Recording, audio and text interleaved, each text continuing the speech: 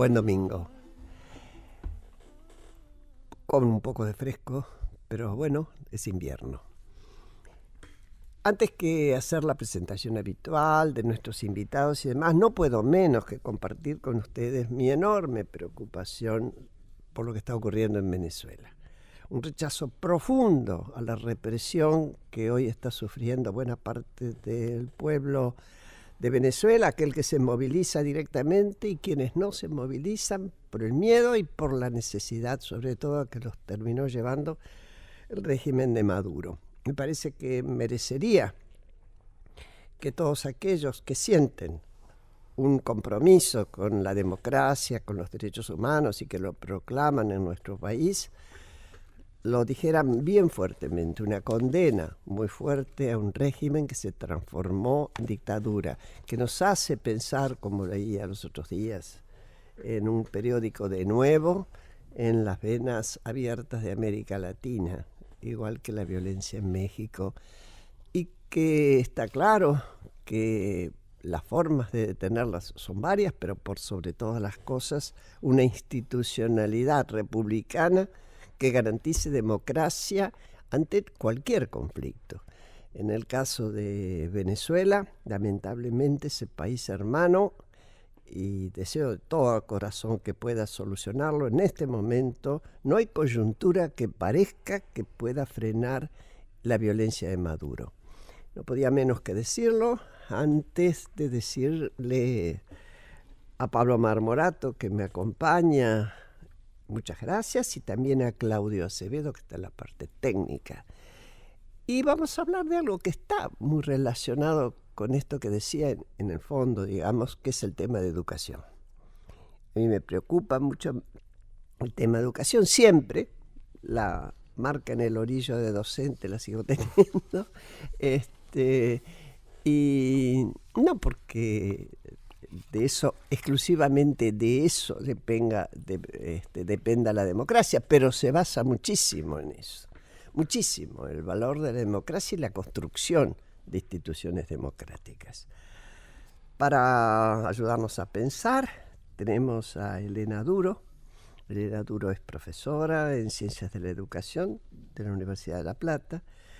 Tiene un posgrado de investigación en la Universidad de Itela. Trabajó para UNICEF, también temas relacionados con la educación, y actualmente es secretaria de Evaluación Educativa de la Nación, que la gente dice, bueno, pero no es, para hay un ministro, ¿para qué un secretario? Bueno, ahora vamos a ver para qué sirve eso, ¿eh? Y nos va a ayudar a pensarlo también Juan Yach. Ya Juan lo conocen, ha sido visitante nuestro algunas veces. Es licenciado en Sociología y Economía por las Universidades Católicas y de Buenos Aires, respectivamente. Fue ministro de Educación de la Nación. Es profesor en el Instituto Argentino de la Empresa Universal Austral. Y bueno, escribió numerosos libros sobre la materia y está muy presente siempre en los medios con el tema de educación. Es muy, muy preocupado por el tema. Una mesa de lujo. Así es. ¿Qué tal? Así es. Bueno, gracias por venir. No, gracias por invitarnos. A ver, los últimos días vos escribiste, Juan, sobre el tema de educación, la importancia, y hiciste una cantidad de evaluaciones. Y después, cuando la encontraste y empezaste acá, la saludaste a Elena, la felicitaste por la tarea. ¿Nos contás un poco de qué hablabas y por qué la felicitas? Bueno, hablamos del operativo de evaluación Aprender que se hizo el año pasado y cuyos resultados se dieron muy rápidamente, creo que mucho más rápidamente que en el pasado, pero además se dieron los resultados, porque ha habido muchos operativos en los cuales los resultados se dieron, por ejemplo, de tal manera que era imposible entender qué es lo que pasaba, por regiones, ni siquiera por provincias, por regiones, porque bueno, para que no se ofendiera algún gobernador. Y después, en el caso de la escuela primaria, hacía 16 años que no se hacía un censo. ¿Por qué es importante el censo a diferencia de la muestra, que también juega un rol? Acá se han hecho, en Aprender, que lo va a explicar Elena muchísimo mejor que yo, censos y muestras. Pero, ¿por qué es importante el censo? Porque yo creo que la la principal función social que cumplen estos operativos de evaluación es devolverle los resultados a las escuelas. Acá, al no haber habido 16 años un censo, nos hemos perdido, digamos que se hicieran cada 3 años, 5 evaluaciones que nos permitirían saber las escuelas primarias de la Argentina, porque de secundaria se hizo algún censo, aunque pasaron 10 años también sin hacerse.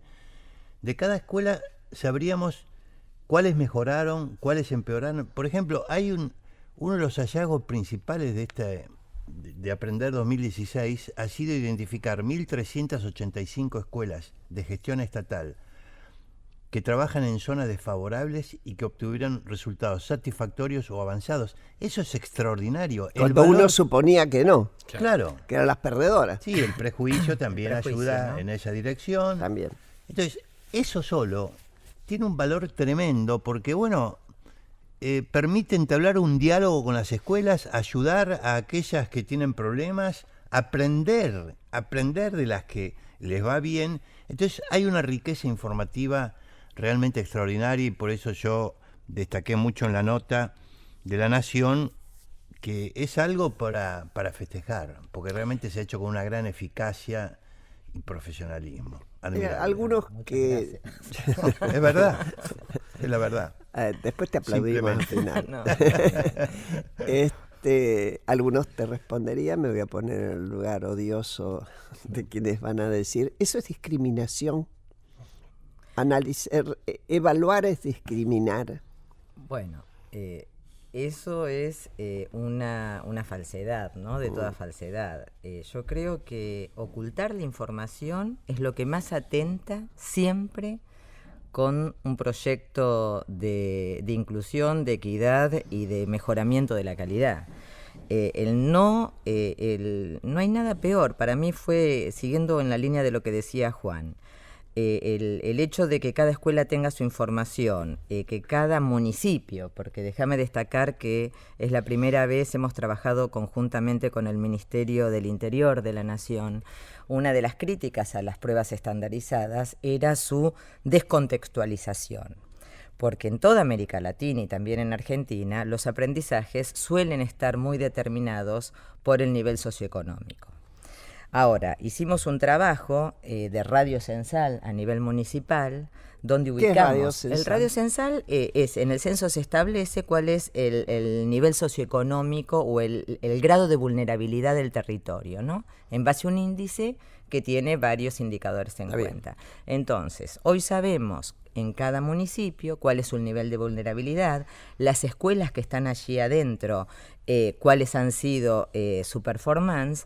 Y creo que esta es una herramienta de gestión para los gobiernos provinciales y para el gobierno nacional de muchísimo valor. También para los intendentes municipales, porque hubo críticas que nos decían, ¿por qué dan los datos a nivel municipal si la política depende de la nación y de la provincia? Porque también hay responsabilidad. La escuela está en un territorio. El intendente tiene un rol muy activo respecto a, además que ya hay acciones descentralizadas, desconcentradas. Y en la provincia de Buenos Aires hay consejos escolares. Exacto, pero en muchas provincias hay acciones desconcentradas, o las acciones de desarrollo social que manejan muchos intendentes. Bueno, el tema de cómo acompañamos a la escuela para obtener mejores resultados es un tema que implica interdisciplinariedad, acciones articuladas del ámbito de la política pública y fundamentalmente considerar que la escuela puede hacer la diferencia, y de hecho la ha hecho y los hemos identificado en estos 1.400 y pico de establecimientos, ¿no? Claro, yo pensaba cuando vos contabas de las obligaciones de un intendente, si la gente le pide seguridad a un intendente, si hubo un gobernador que les puso policía especial municipalidad, ¿cómo no va a tener responsabilidad en cuanto a la educación? Es impensable que no. Inclusive hay una novedad desde el año 2013, que en la prórroga que se hizo de la Ley de Financiamiento Educativo se incluyó dinero, un fondo educativo para los municipios, que muchos ni saben cómo manejarlo, les ha caído. Pero además yo creo que es importante esto que es una originalidad esto de ver, como decía Elena, de haber incorporado el análisis a nivel municipal o de Radio Censal, y es lo siguiente: yo creo que si uno mejora una escuela y no hace nada más que eso, va a tener problemas. Si la zona está, digamos, con serios problemas de empleo, por ejemplo, Claro. y todas las cuestiones que vienen asociadas a cuando hay mucho desempleo. Entonces, las políticas sociales tienen que ser localmente integradas. Exactamente. Y me parece que integrar la educación, la información sobre la educación es crucial para llegar a ese escalón mejor, que es integrar las políticas sociales a nivel local. Local, exactamente. ¿Por qué creen ustedes que hay una resistencia? Yo ya no digo a publicar la verdad, a averiguar la verdad. Porque después vos podés tomar la decisión política y ahí también está complicado. Averiguar la verdad sobre la educación. Bueno, yo primero quiero destacar que hubo una voluntad política del inicio del presidente Márquez. No sé si recuerdan cuando el presidente en su primera apertura de Congreso dijo vamos a evaluar, ¿no? Sí. Aquel 1 de marzo cuando asume una decisión política del ministro Bullrich, que también se planteó en un acuerdo de Consejo Federal de los 24 ministros en el acuerdo de Purmamarca en la provincia de Jujuy. Y realmente yo quiero destacar la aceptación y el enorme compromiso que tomaron todas las jurisdicciones, el NEA, el NOA, el Centro y el Sur, para evaluar por primera vez, porque creo que también reconocieron que la ausencia de información les faltaban herramientas de gestión. Había ministros que venían de años anteriores, ministros que se incorporaban este año, y hubo un acuerdo en hacer la evaluación en forma anual, además, justamente para generar una cultura evaluativa en un país que no lo tenía. Entonces, primero destacar eso, que la resistencia no estuvo ahí. Sí, y tenemos que reconocer, hay toda una crítica ideológica respecto a la forma de evaluar en una prueba estandarizada, pero también... ¿Desde dónde viene esa crítica? Vienen desde las corrientes de pensamiento más, digamos, la evaluación no tiene un cuerpo único, como disciplina no tiene un cuerpo único de conocimiento, no es una disciplina que tenga una... hay muchas corrientes, muchas formas de pensar la evaluación, pero para tener un panorama a nivel nacional no hay otra manera de acudir a pruebas estandarizadas, ¿no? Que tienen unas características particulares y que hay mucha gente que se opone. Siempre la evaluación. ¿Pero por qué? No, pero se oponen porque por la modalidad, porque dice que no es natural esa forma de evaluar en las aulas. Yo creo que también parte de un poco de desconocimiento. De todas maneras, siempre, cualquier sea la modalidad que se tome de evaluar, más cualitativa, más cuantitativa, o la corriente teórica que uno adopte, siempre una evaluación es un recorte de una realidad más compleja, siempre y en todos los casos. Dicho esto, este año, además de hacer pruebas estandarizadas, vamos a evaluar, como evalúan los docentes en la escuela, en 4º grado, una prueba abierta de producción escrita y comprensión lectora. O sea, similar a lo que se hace en las escuelas. Similar a lo que hacen las escuelas. Además de la prueba estandarizada, en 6º grado censal, en 5º año censal, vamos a hacer una muestra en 4º grado de producción escrita y comprensión lectora, justamente con la idea de retroalimentar, porque el tema es cuál es el sentido de la evaluación, ¿no? ¿Para qué estamos haciendo? Claro. Ahora, cuando vos haces la diferencia, el que hagan esta evaluación en 4º grado y demás, pues estamos hablando a personas que no son expertas, sí. Incluso yo en esta técnica voy a preguntar desde la ignorancia del por qué. ¿Cuál es la diferencia de que ustedes desde el ministerio hagan esa evaluación y Juan dice cómo se hace? ¿Qué cosa se está haciendo y qué cosa nueva introduce que vaya al ministerio? Vos, si escuché bien, vos dijiste cómo se hace ya en las escuelas. Sí, yo creo que es la comparación. Sí. Primero, respecto a la resistencia a la evaluación, a nadie nos gusta ser evaluado. Exacto. Pasar por un examen, Y vamos. sí, viste, al 98% de la gente no le gusta, va. Sí, sí. Si pudiera evitarlo. No necesariamente se revela, pero es una incomodidad, viste, porque bueno, un punto flojo todos tenemos, o muchos, ¿no? Ahora, la comparación es esencial. Suponete, si Argentina no participara en las pruebas internacionales, yo creo que podríamos seguir creyendo que somos los mejores de América Latina, por lo menos. Por lo que fuimos alguna Y vez. hemos dejado de serlo. Así es. Eso gracias a que existen pruebas.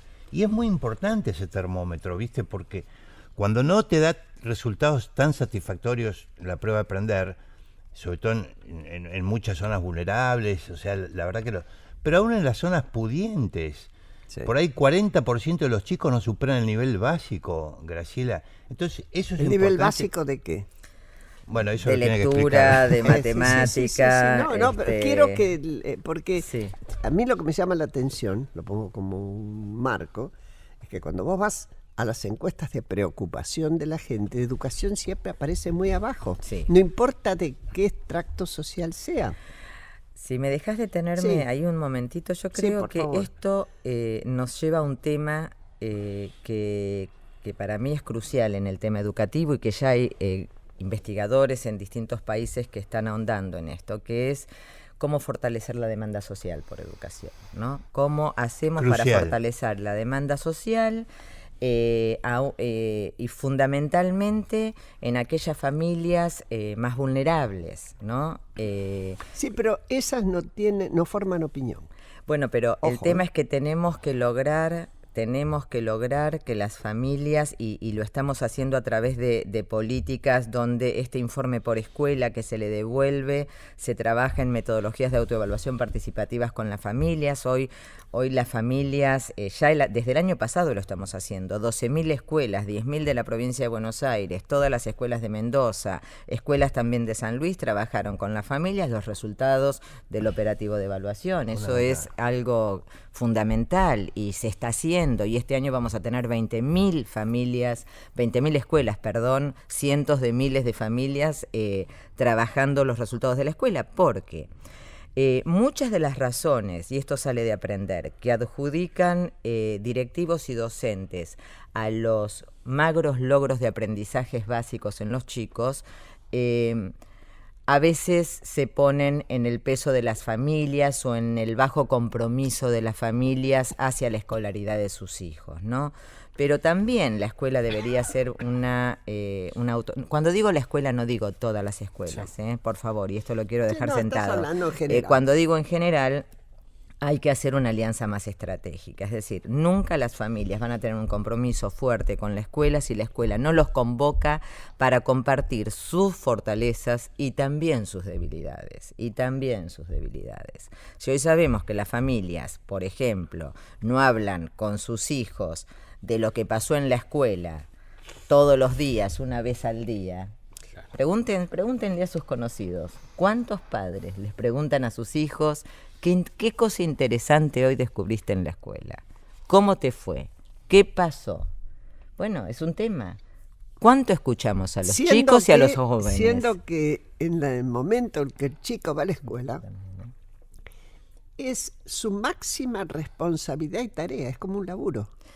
Es una Es decir, responsabilidad, es un trabajo. pueden preguntarse en la familia, si es que se hablan, ¿cómo te fue en el trabajo hoy a un adulto? Pero para el chico es algo que además hace sí o sí de ir a la escuela. Es lo más importante que le toca hacer. Sí, sí. Juan y Elena, para contarles a los oyentes, ¿cuáles son los resultados que arrojaron las pruebas Aprender que más les llamaron la atención? Bueno, yo creo que no han sido resultados tan llamativos, porque no hay una ruptura con lo que por ahí parcialmente, pero se sabía tanto de las pruebas nacionales muy insuficientes, como ya dije, como de las internacionales, o sea, pero las carencias siguen allí. Bueno, ustedes hicieron, Elena, la comparación con el 2013 y ahí Sí. se encontraron algunas pequeñas mejoras. Hay mejoras y yo también las quiero destacar. Ahora, de hecho, estamos haciendo informes por región, porque también yo creo que algo que falta hacer y que lo estamos haciendo ahora es de qué piso. Es un sistema educativo muy desigual, ¿no? Y América Latina es desigual, Argentina es desigual, el sistema educativo es desigual. ¿Cómo hacemos un sistema educativo más equitativo? Y yo creo que acá, en estas desigualdades jurisdiccionales, tenemos que tener muy, muy en cuenta de qué piso parte cada provincia. Y si toma el piso el año, por ejemplo, 2013, para decir un ejemplo. Porque ahí tenés información. Porque tenemos información de 2013. Comparándolo con el 2016, tenemos jurisdicciones del NEA y del NOA que han mejorado levemente sus resultados, pero han mejorado, y esto es muy destacable, tanto en lengua como en matemática respecto del operativo 2013. Y esto, y lo sé por haber recorrido muchas de estas provincias en el trabajo en mi anterior función como responsable de UNICEF de Educación, que eran provincias que habían trabajado muy seriamente el tema de la alfabetización inicial. Por eso estos logros justamente se dieron no en el censo, sino en la muestra de tercer grado. Y eso creo que es muy importante destacarlo, que no se visibilizó tanto quizás.